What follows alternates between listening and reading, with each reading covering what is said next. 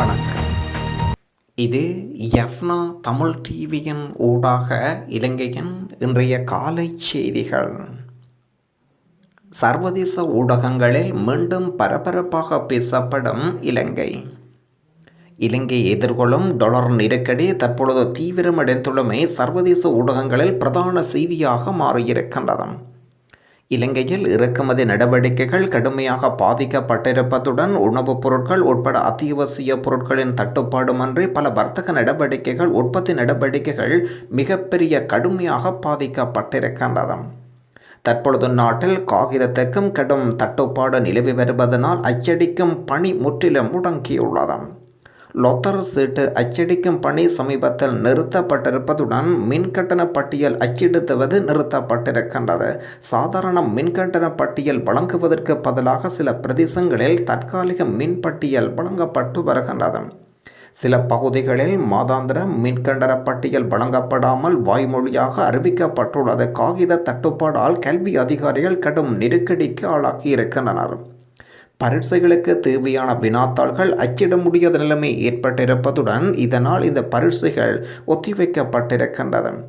இது தொடர்பில் உள்நாட்டு ஊடகங்களில் அதிகம் பேசப்படாவிட்டாலும் சர்வதேச ஊடகம் அதிக அவதானம் செலுத்தியிருக்கின்றது. இலங்கை நிதி நெருக்கடியில் ஏற்பட்டுள்ள காகித தட்டுப்பாடு காரணமாக பாடசாலை பரீட்சைகள் முற்றாக தடைப்பட்டிருப்பதுடன் பிரித்தானியாவில் உள்ள கார்டியன் நாளிதழ் செய்தி வெளியிட்டிருக்கின்றது. நாட்டில் 4.5 மில்லியன் பாடசாலை மாணவர்களில் 2 பங்கினர் நெருக்கடியில் இருப்பதுடன் அடுத்த தர பரீட்சை தேர்ச்சி பெற முடியாத அளவுக்கு நெருக்கடி தீவிரமடைந்திருக்கின்றது. பாடசாலைகள் பரீட்சைகள் கால வரையின்றி ஒத்திவைக்கப்படுவதாக கடந்த சனிக்கிழமை கல்வி அதிகாரிகள் அறிவித்ததாக பிரித்தானிய பத்திரிகை செய்தி வெளியிட்டிருக்கின்றது. 1948ஆம் ஆண்டு சுதந்திரம் பெற்ற பின்னர் இலங்கையில் ஏற்பட்டுள்ள மிக மோசமான பொருளாதார நெருக்கடி இவர்கள் தற்பொழுது எதிர்கொண்டுள்ளதாக இணையதளம் செய்தி வெளியிட்டிருக்கின்றது.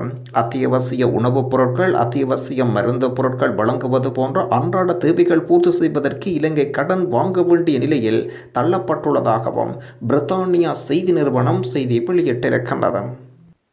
மக்களுக்கு நிவாரணம் வழங்குமாறு மல்வத்து அஸ்கிரிய பீடங்கள் ஜனாதிபதிக்கு கடிதம். பொருளாதார நெருக்கடியினால் பாதிக்கப்பட்டுள்ள மக்களுக்கு நிவாரணம் வழங்குவது தொடர்பாக 13 யோசனைகள் அடங்கிய கடிதம் ஒன்றை மல்வத்து பீட மகாநாயக்கர்கள் சுமங்கல தேரர் மற்றும் அஸ்கிரிய பீட மகாநாயக்கர்கள் ஞானதீரர் ஆகியோர் ஜனாதிபதி கோத்தபாய ராஜபக்சவுக்கு கடிதம் அனுப்பி வைத்துள்ளனர். ஏற்பட்டுள்ள பொருளாதார நெருக்கடியினால் பாதிக்கப்பட்ட மக்களுக்கு நிவாரணம் வழங்குவதற்கு தேசிய கொள்கை ஒன்று வகுக்க வேண்டியதன் அவசியத்தை மகாநாயக்க தீரர்கள் கடிதத்தில் சுட்டிக்காட்டியுள்ளனர். அந்நிய செலாவணி நெருக்கடியை தணிக்க அடையாளம் காணப்பட்ட முன்னுரிமைகளின் பட்டியலின்படி அபூர்த்தி திட்டங்கள் நடைமுறைப்படுத்தல், வாழ்க்கை செலவை குறைத்தல் மற்றும் உள்நாட்டு பொருளாதார மாதிரியை உருவாக்குதல் பரிந்துரைகளில் உள்வாங்கப்பட்டிருக்கின்றது.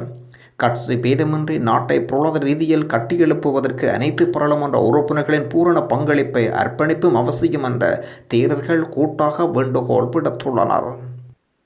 எனது ஆட்சியில் மக்கள் நிம்மதியாக வாழ்ந்தார்கள் என்று வீதி அமைப்பதை உடன் நிறுத்தி அத்தியாவசிய தேவைகளுக்கு முன்னுரிமை வழங்க வேண்டும் என்று முன்னாள் ஜனாதிபதி மைத்திரிபால சிறிசேனா வேண்டுகோள் விடுத்துள்ளார்.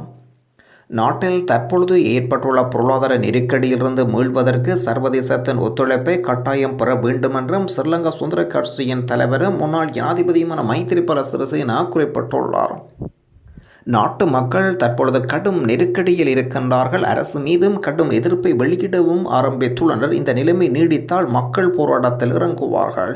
எனவே இந்த பிரச்சனையிலிருந்து மீள்வதற்கு சர்வதேசத்தின் ஒத்துழைப்பை பெற வேண்டும் என்றும் எனது ஆட்சியில் இப்படி நடக்கவில்லை என்றும் மக்கள் நிம்மதியாக வாழ்ந்தார்கள். வீதியமைக்கும் பணிகளை இந்த அரசு உடன் நிறுத்த வேண்டும். அத்தியாவசிய தேவைகளுக்கு முன்னுரிமை கொடுக்கப்பட வேண்டும் என்ற முன்னாள் ஜனாதிபதி வேண்டுகோள் விடுத்துள்ளார். சிலிண்டர் ஒன்றை பெறுவதற்காக 7 நாட்கள் வரிசையில் நிற்கும் மாணவன். கம்பளை வீதியில் உள்ள சிலிண்டர் விற்பனை நிலையத்தில் சமையல் எரிவாயு சிலிண்டர் ஒன்றை பெற்றுக்கொள்வதற்காக மாணவர் ஒருவர் கடந்த 7 நாட்களாக வந்து செல்கின்றார். பாடசாலை சீருடையில் தினமும் சிலிண்டரை பெற்றுக்கொள்வதற்காக வந்திருந்த மாணவன் சிலிண்டர் கிடைக்காமல் வெறுங்கையுடன் வீடு திரும்பியிருக்கின்றார்.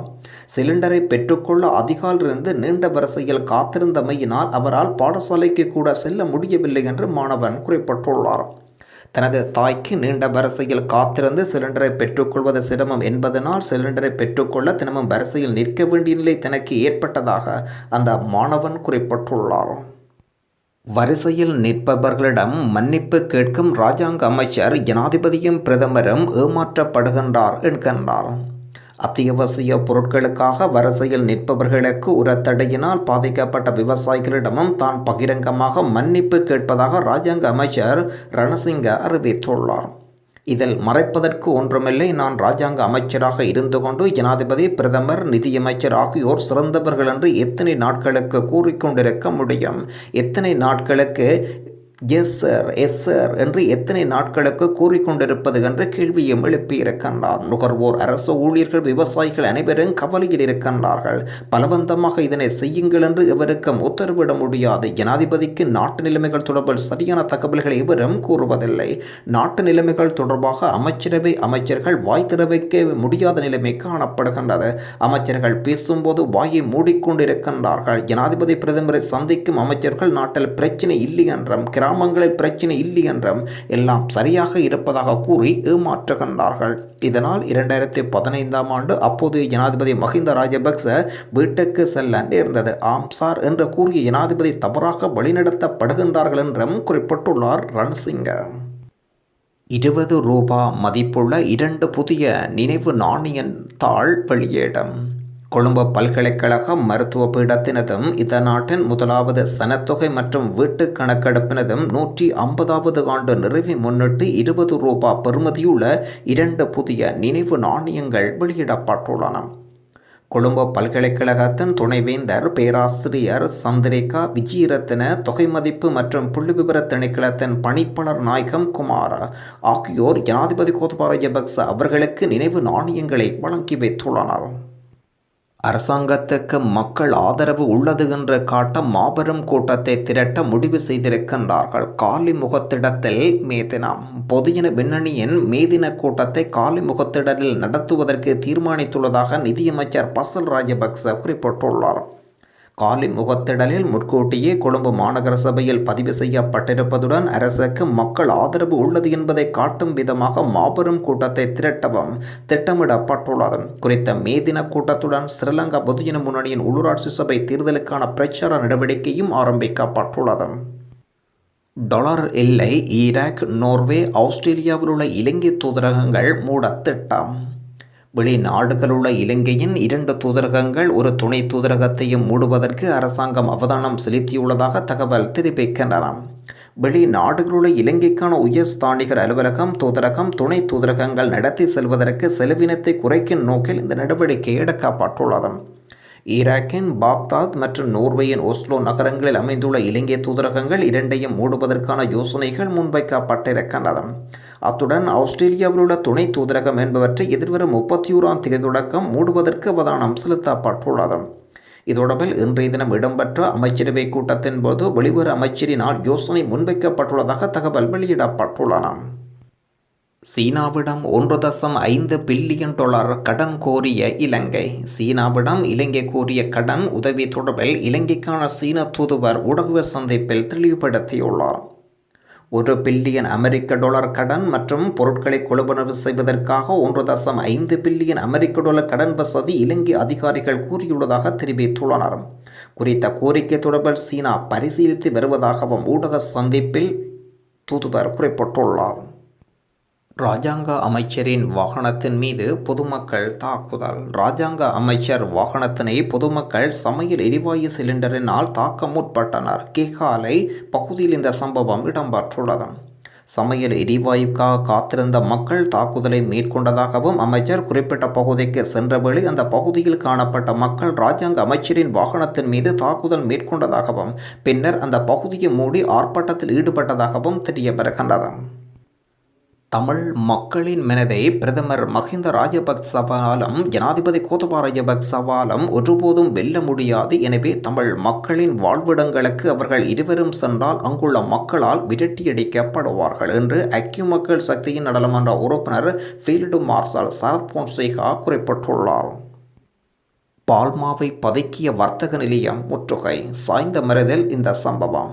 அங்கர் தட்டுப்பாட்டினாலும் விலை உயர்வினாலும் மக்கள் படாதபாடு பட்டு கொண்டிருக்கும் இந்த காலகட்டத்தில் முதல் வந்த இருப்புக்களை மறைத்து வைத்திருந்தார் என்ற குற்றச்சாட்டில் சாய்ந்தமரத்தைச் சேர்ந்த சாய்ந்தமரது சந்தை பின்வீதி கடை உரிமையாளர் ஒருவர் இன்று வசமாக மாட்டிக்கொண்டார்.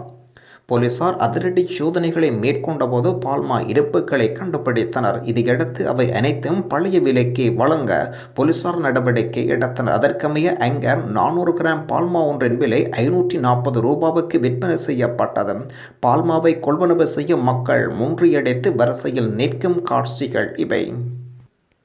மக்கள் வரிசையில் நின்றாலும் 5 வருடங்களுக்கு மக்கள் மொட்டு கட்சிக்கு ஆட்சியை வழங்குவார். எதிர்வரும் 5 வருடங்களுக்கு மக்கள் பொதுஜன பெரமுனவுக்கு அதிகாரத்தை வழங்குவார்கள் என்றும் தாம் பூர்ண நம்பிக்கை கொண்டுள்ளதாக விவசாய அமைச்சர் மஹிந்தானந்த அழுத்கம குறிப்பிட்டுள்ளார். தற்பொழுது நாடு எதிர்நோக்கும் அனைத்து நெருக்கடிகளும் ஜனாதிபதி பிரதமரிடம் மாத்திரமே தீர்வு காணப்படுவதாக மஹிந்தானந்த அழுத்கம சுட்டிக்காட்டியுள்ளார்.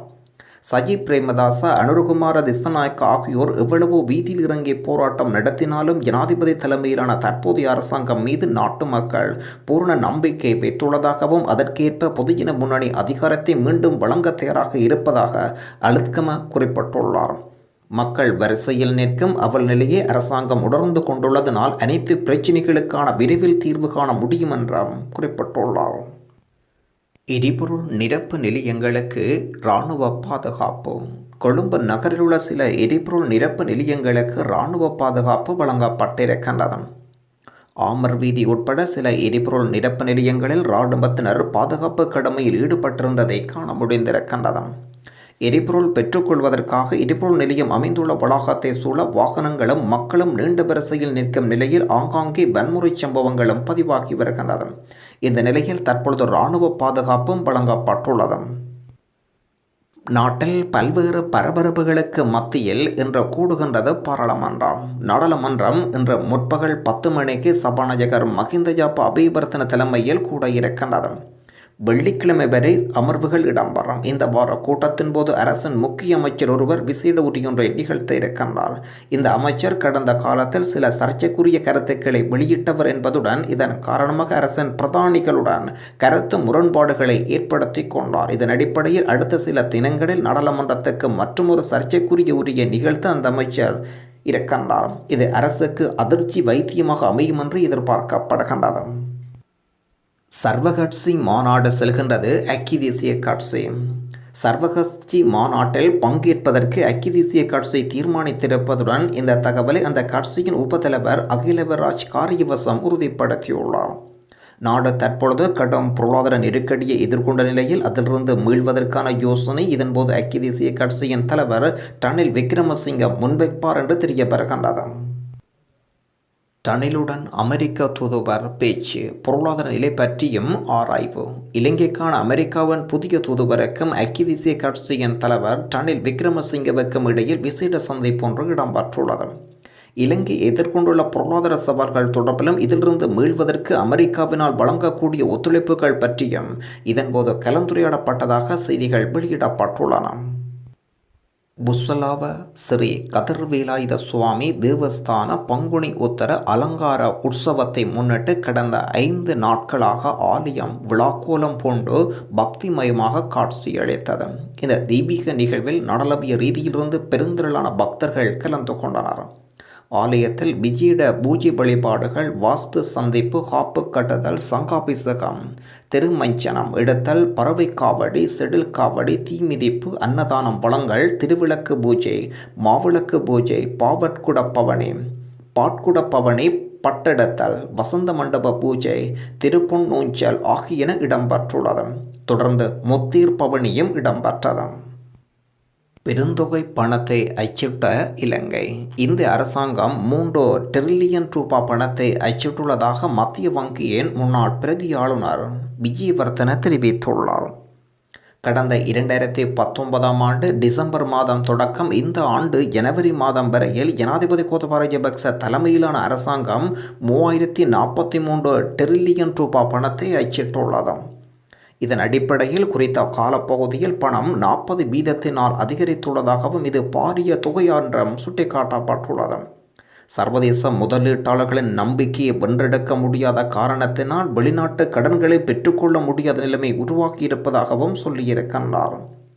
இதன் காரணமாக அரசாங்கம் கடந்த 2019ஆம் ஆண்டு தொடக்கம் இந்த ஆண்டு வரையான காலப்பகுதியில் மத்திய வங்கி வணிக வங்கிகளிடமிருந்து 4201 பில்லியன் ரூபாய் பணத்தை கடனாக பெற்றுக்கொண்டது. நன்றி.